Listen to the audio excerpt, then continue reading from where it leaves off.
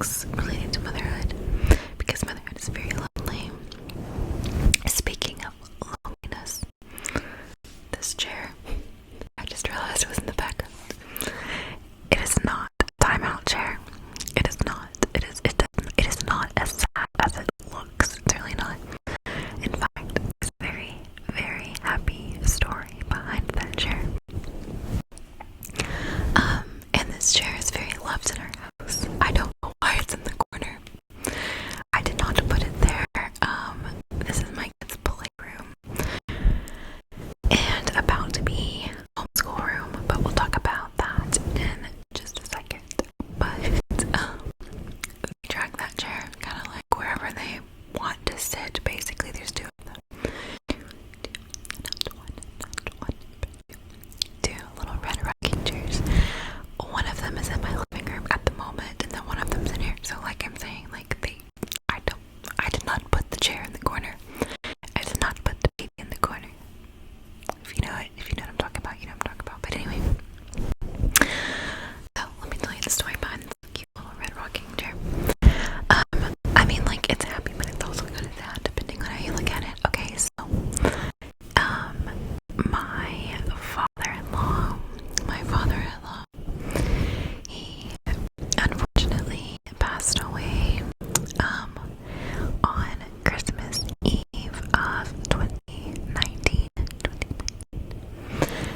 He was quite young. There were no, like, he had a heart attack, but, like, he wasn't sick. There was no warning. He hadn't had any known prior heart issues.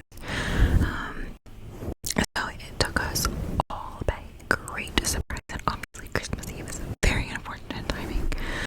But my husband and I had been trying to conceive the twins. Obviously we didn't.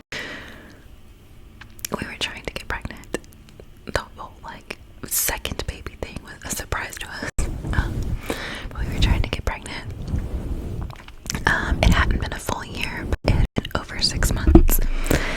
And my father-in-law, well, both of my mother-in-law and my father-in-law, pretty much the whole family, kind of knew that we were starting to get a little bit discouraged that we weren't pregnant yet. And so,